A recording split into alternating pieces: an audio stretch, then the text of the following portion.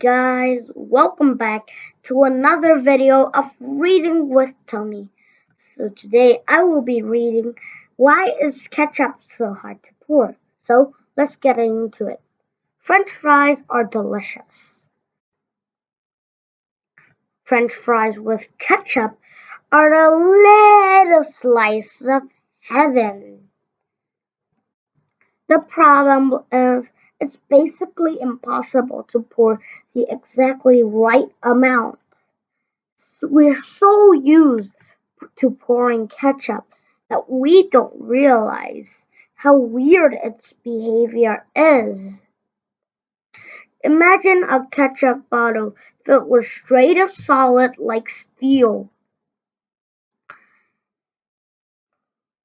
No amount of shaking would ever get the steel out. Now imagine that same bottle full of a liquid like water. That would pour like a dream.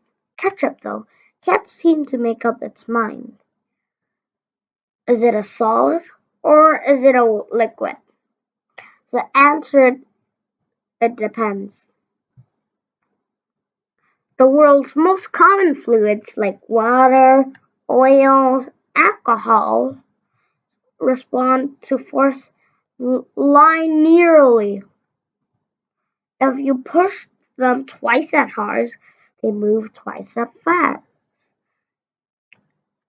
Sir Isaac Newton, of Apple fame, first proposed this relationship, and so the fluids are called Newtonian fluids.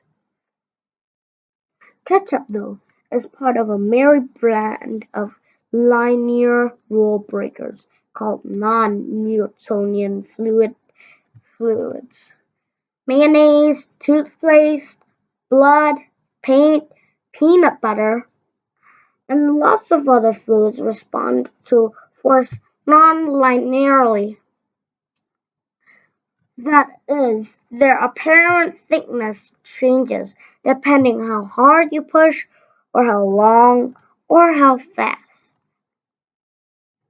And ketchup is actually non-Newtonian in two different ways. Way number one, the harder you push, the thinner the ketchup seems. Below a certain pushing force, ketchup basically behaves like a solid, but once you pass that breaking point, it switches gears and becomes 1,000 times thinner than it was before. Sounds familiar, right? Number way, if you push with a force below the threshold force, eventually the ketchup would start to flow.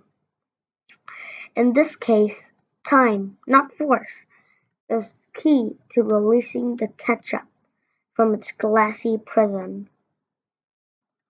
Alright, so why does ketchup act all weird? Well, it's made from tomatoes, pulverized, smashed, thrashed, utterly destroyed tomatoes.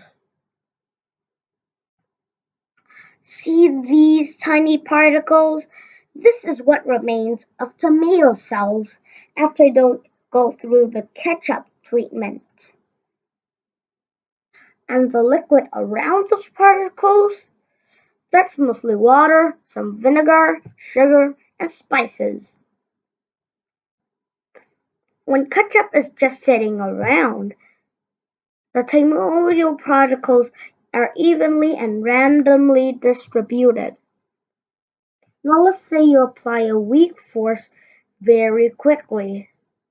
The particles bump into each other, but can't get out of each other's way, so the ketchup doesn't flow. Now let's say you apply a strong force very quickly.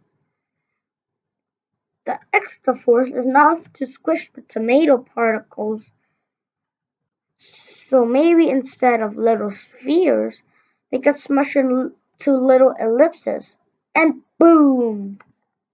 Now you have enough space for one group of particles to get past others and the ketchup flows. Now let's say you apply a weak force, but for a very long time. Turns out we're not exactly sure what happens in this scenario.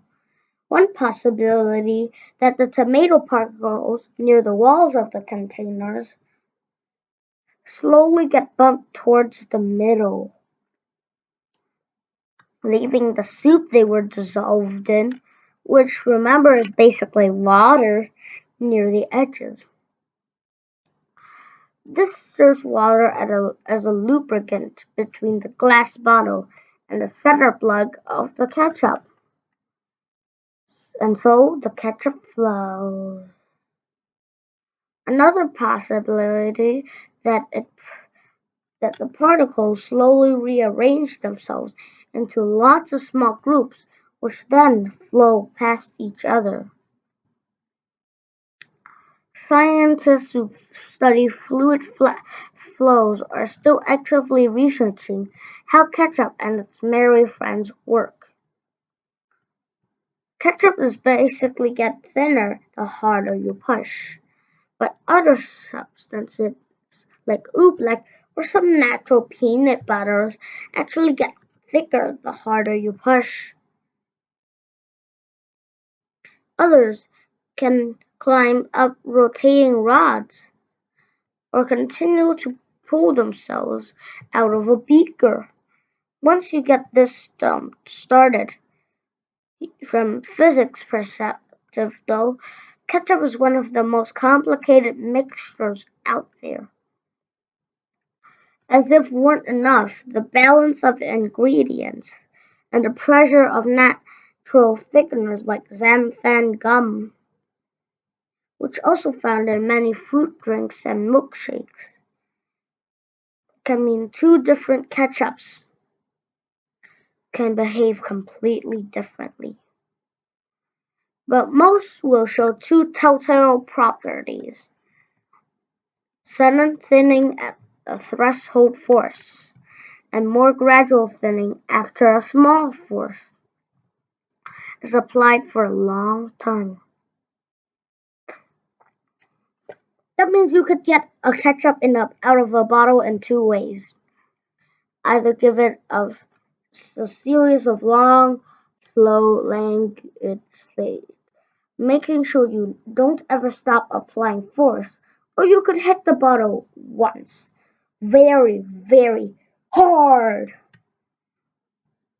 What the real pros do is keep the lid on, give the bottle a few short, sharp shakes, and to wake up all those tomato particles, and then take the lid off and do a nice controlled pour onto their heavenly fries.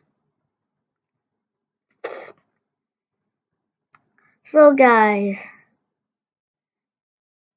what have you learned from this? I simply learned how to pour ketchup.